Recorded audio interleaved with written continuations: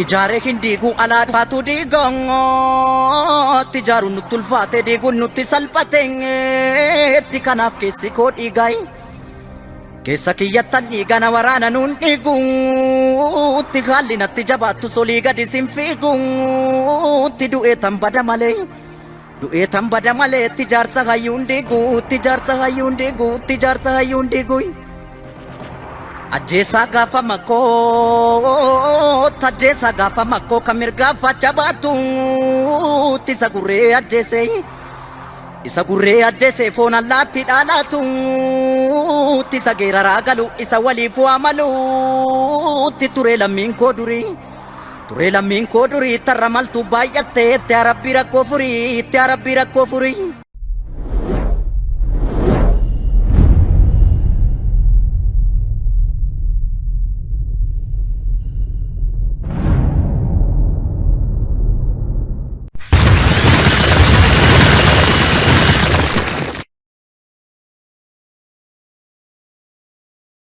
Daawwattoota keenya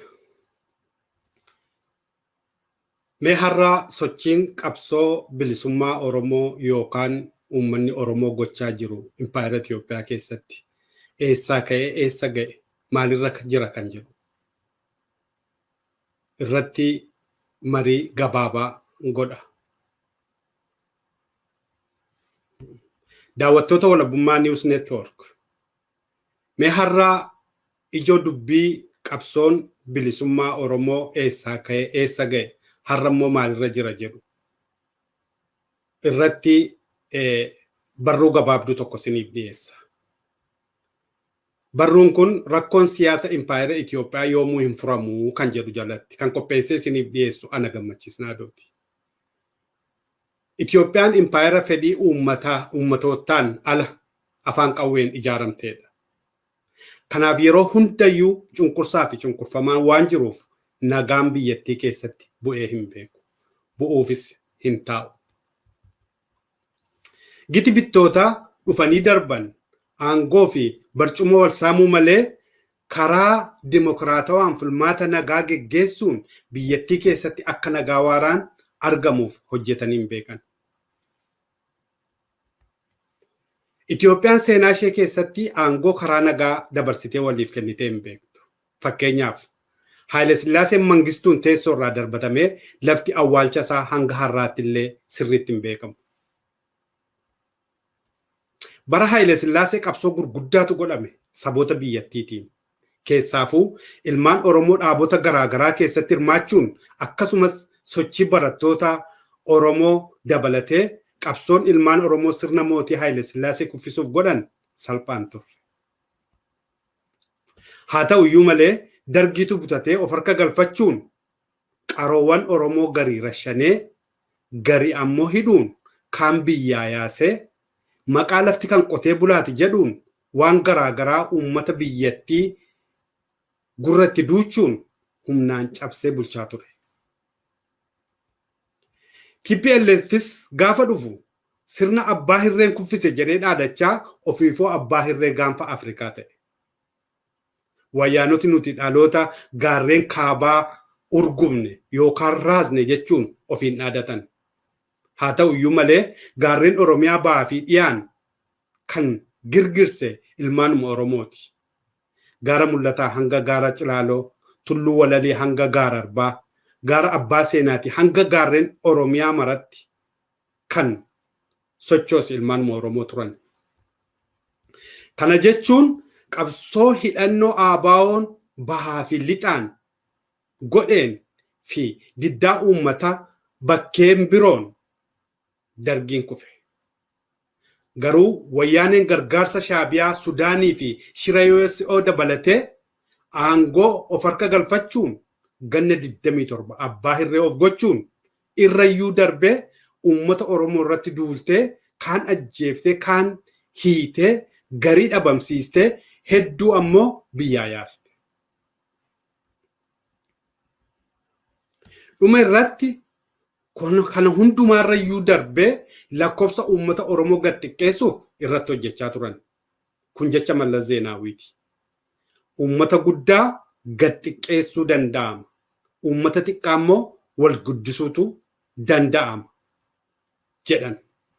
Shirri wayyaanotaa kun ittumayyuu uummata Tigraay ittiin darabee dhabamuuf kaadhime.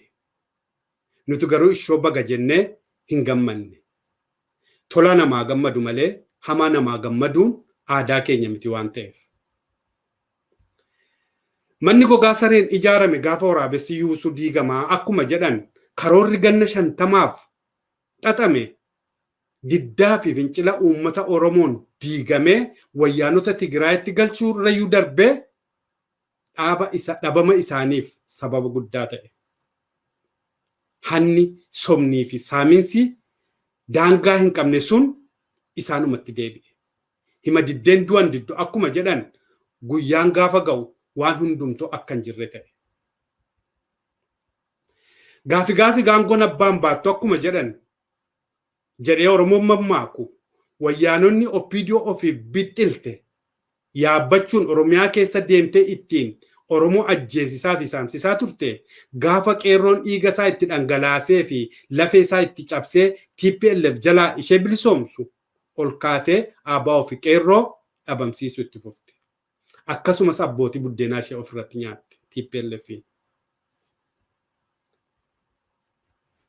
Bara 1992 ijoolleen Isaayaasii fi Mallas yookaan Abboy Sibaat Naggaa Oppiidiyootti luugama kaa'uun sabboontota Oromoo fi miseensota ABO adamsanii ajjeesisaa fi saamsisaa turan.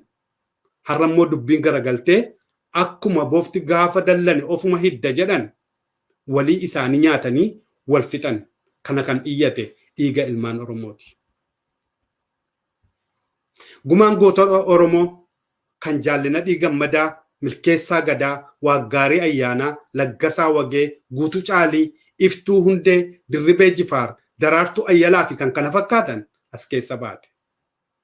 Namichatu sangaa nama hatee qalee abbaama sangaaf qircaa kenneetti mammaake. Akkas jedhee mammaake. Sangaa kamisaa leeqaa kamisuma qabanii kamisuma qalanii jedhe. Coomi sangaa kamisaa caba namaa fayyisaa. Kan qalees billaa keetii nyaadhu foon sangaa keetii diddus moo jabbaa keetii jedhetti mammaake. Bara 2000 agoobara mormitootaa irratti hirmaachuuf Asmaraadhaa kaanee gara Tasanee deemaa turre. Hogganoota ABO hundi yommuu sana turan ni turan. Yoon dogoggoruu baadde Leencoo Lataa fi Diimaa Nagaurraa kan hafe. Guyyaa sana dhaabota Tigraay, Amaaraa, Gambeellaa, Beneshangul, Sidaama kanneen biroo hundi ni turan. Isaan keessaa mormitoota warri TPLF ta'an illee ni turan. Mormitoota warra TPLF keessaa nama Abrahaam Yaayyee jedhamu tokkotu ture. Namichi kun koree gidduu TPLF duraanii ture. Yeroo garii dargiitti ganaa yeroo garii immoo wayyaanitti ganaa jiraataa ture. Garuu mormituu ta'ee dhufe gaafa sana. Akkuma carraa namicha kana gaaffiif deebii godhiif jedhanii na gaafatan. Tole jedheen dhaqee gaaffiif deebii gochuu dhaqeen gaaffii koo jalqabaa akkas jedheen gaafadhe.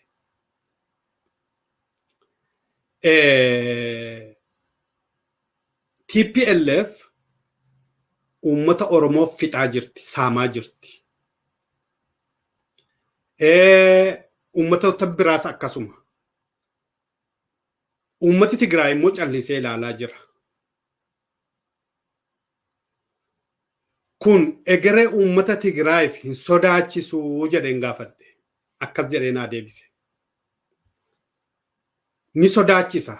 Uummati Tigraay nuti bilisummaa uummata Tigraayiif qabsoofne malee miiltoo bilisummaa isaaniif qabsoo gochaa turan jilbeenfachiisuuf qabsoo goone miti jedhee yoo wayyaani irratti ka'uu baate jireenya isaa fuulduraaf iyyuu balaa guddaa qabaa jedhee naaf deebise. Dubbii san utuu lubbuun jirru argine. Oppiidiyoon kaleessaa afaan Tigree dubbatti turte. Har'a ammoo maqaa jijjiirrattee afaan Amaaraa dubbachuu itti fufte. Kaleessa gaafa farda taatee wayyaanee baattee guluftus dhaaba Oromoof qabsaa'u ofiin jechaa turte. Har'a gaafa farda nafxanyootaa yookaan Amaaraa taatee guluftus dhaaba Oromoof qabsaa'u paartii badhaadhinaa ofiin jechaa jirti. Murni of taatee hin beekne kun gaafa aangoo dhuunfachuutti amantu sagantaa guddaan isheen baafatte tokko Oromiyaa cabsuu, Oromummaa balleessuu, Oromoo xiqqeessuu fi dhabamsiisuu. Dr. Abiy gaafa aangoo harka galfate akkas jedhee dhaadate. Dr. Abiy gaafa aangoo qabatu Eertiraa deemee akka ABO fidu dhaadate. Akkuma jedhe gantootaa fi hayyaallallattoota qabachuun gaafa ABO'n qaama sadaffaa barbaada yookaan qaama sadaffaa gidduutti waliin teenyee haasofna jedhu. Dhaabichi karaa nagaa qabsaa'uu hin barbaadu. Biyyatti galee uummata isaa keessatti karaa nagaa qabsoo gochuu hin barbaadu jechuun Oromoo irratti kaasan. ABO'nis akkasitti kiyyoo isaanii keessa galee biyyatti galee rakkoo hedduun isa mudate. Mee gochaalee PP keessaa hanga muraasa isaan gannoota sadan kana Oromoo irratti raawwatan isinii kaasa. Tokko, PPn dhaaba uummata Oromoof qabsaa'u ofiin jecha ilmaan Oromoo bilisummaa uummata Oromoof jecha lubbuu isaanii qaalii kaffalanii qabsoo bilisummaa Oromoo waraana bilisummaa Oromoo keessatti hirmaachaa turanii karaa nagaan qabsaa'uuf biyyatti galan summii nyaachistee hedduu isaanii miitee hedduu isaanii lafa isheen buuste hin beekamu. Lama, kan sanarraa hafee fi harka ishee seenuu dide ammoo gaafa lolaan dadhabdu boombii fi summii xiyyaaraan itti roobsite. Uummatichaa fi qabeenya uumamaallee miite. Kana malees qurxummii balleessuuf galaana gogsuutu fulbaata jechuun uummata Oromoo fixuu itti fuftee jirti. Sadii, biyya ollaarraa guuza yookaan daboo kadhattee uummata Oromoo fi Tigraayin ficcisiisaa fi saamsisaa jirti. Waraanni Shaabiyaa dheengadduma kanallee Matakkal keessatti hawwan Oromoo gabaa deeman 4 fixan oddoo tokkotti. Namoota uummanni Oromoo akkaan jaallatu kan akka aartist Haacaaluu Hundeessaa, Daadhii Galaaniif kan kana fakkaatan hedduu ajjeeste fixxe. 5, sabboontotaa fi ola deemtoota Oromoo maqaa abbaa torbee fi goolessituu jedhuun maatii jalaa qabdee dirreetti baaftee haadhaaf abbaa fi uummata fuulduratti dhangalaaste. Kan akka dargaggoo Amaanuel Wandimmoo Dambidoollootti. Kanarra iyyuu dabartee haadhaaf abbaa gadda taa'aa jiran reebdee hidhuun caalaa maaltu namatti ulfaata, maaltu namatti dhaga'ama. Kana malees Gammachis Malaakuu Boojji Dirmajii manaa fuudhanii ajjeesanii caakkaatti darbatan kaasuun ni ga'a. Kan akkasii kumaatamaan Oromiyaa keessatti ta'aa jira har'a. 6, sabboontota ciccimoo ajjeeftee bineensa nyaachifte. Baha Oromiyaa kaasuun hin danda'amu oddoo hedduutti. 7, ilmaan Oromoo qaqqaalii mana hidhaa keessa jiran yaaftee rashanaa jirti. Har'allee ittuma fufteetti. 8, hogganootaa fi hayyoota Oromoo kumaatamaan hiitee hiraarsaa jirti. Warra manni murtii badii irraa dhabee gad lakkise ukkaamsuun dhoksitee itti roorrisaa jirti. 9, uummata Oromoo akka qotatee fi hojjetatee hin jiraanneef labsii atattamaa irratti labsuun akka inni beela'ee fi hiyyoomee harka kennatu gochaa jirti. 10, ABO'n kottaa karaa nagaa qabsoomnee biyya keenya waliin ceesifnaa jechuun erga hogganoota isaa hunda harka galfataniin booda bakka lamatti cabsite. Kan hafan hunda hidhaatti guurte. Biiroolee isaa hunda ni ciccufte. Hayyuu duree dhaabichaas halkan mana jireenyaa isaa seentee waraqaa weeraruun halkan mana jireenyaa isaa seentee weeraruun qabeenyaa fi dookumentiilee hunda saamuun hayyuu durichas ukkaamsitee dhoksitee jirti. Egaa ajjechaa hidhaa biyyaa ari'uu saaminsaa fi balleessuu hiyyoomsuu qabsocha finiinsa malee booddeetti hin deebisu. Sababni isaas sabni cunqurfame cunqursaa jalaa obbaasuuf qabsaa'uun dirqama waan ta'eef. Amma egaa oppiidiyoon shira kana hundaa xaxaa turte har'a yommuu biyyi harkatti diigamaa dhufe fi dippiloomaasiidhaan kuftu waan buttu dhabuun uummata Oromootti dhuftee araara jechuu jalqabdeetti. Doolaar edee daayispooraa kadhachaa jirti. Imbaasota ishee biyya alaa baajata baaftuuf dhabdee cuccufuu saganteeffattee jirti. Kun mootummaa tokko kufuusaa agarsiisaa jechuudha. Amma filmaata sobaa kana gaafa xumurattu badhaadhinni dhaaba dhiifamaati jettee hidhamtoota garii hidhaadhaa yaasuun uummaticha gowwoomsuuf qophaa'aa jirti. Garuu PPn uummatichatti araaramtee nagaa waaraa fiduuf dandeettii ittiin qabdu. Ta'uufis hin deemu. Filannoon biyyoolessaa PPn kaafaa fi ABO malee Oromiyaa keessatti qofaa ofuma ishee dorgomte hiikan qabu. Furmaata tokkollee hin fidu. Dhuma irratti hiireen uummata Oromoo garamitti laata? Akkuma yeroo darbeeti moo? Amma galma Minilik kan dhuunfatee jiru ilmaan nafxanyootaati. PPn jaratti laattee baddi moo? Yookaan hiireen uummata Oromoo ammas diinota Oromoo harkatti kufa laata? Akkuma baroottan darbanii.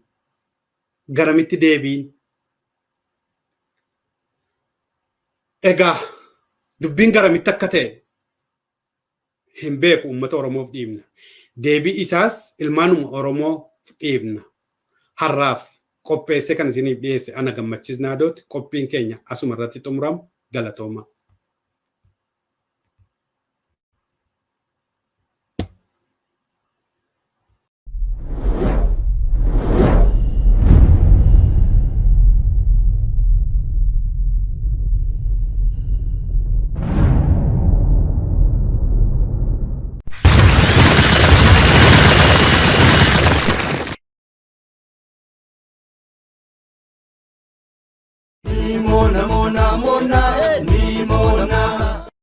Oromaan tokko! Oromaan tokko!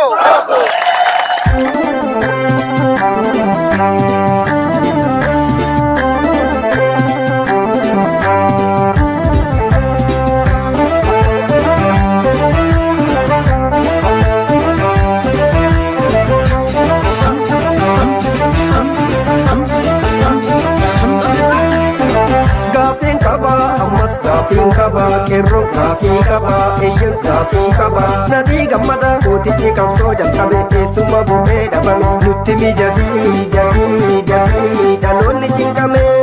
Nutti miidhagii dhaloonni cinqame. Gaafiin qaba, ammas gaafiin qaba, hayyuun gaafii qaba, eeyyan gaafii qaba. Nadii gammada goota ijjisaa barbada yaadatte garaan nabada. Gaafadhu malee abbootiin gadaa. Gaafatu malee abbootiin gadaa. Gaafiin qaba ammas gaafiin qaba lammiin gaafii qaba eeyyan gaafii qaba. Garaa gubannee nadhii gammadaa sidhamne shoroo keessadhaa jedhamne shiruma jaraatiin xaxamne. Shiruma jaraatiin xaxamne. Gaafiin qaba ammas gaafiin qaba qomoon gaafii qaba eeyyan gaafii qaba. Hayyuun Oromoo meeqatu bahee dhabame lafa dukkanaatti hidhame jarri kun silaa ifatti nuugame. Jarri kun silaa inuma nuugame.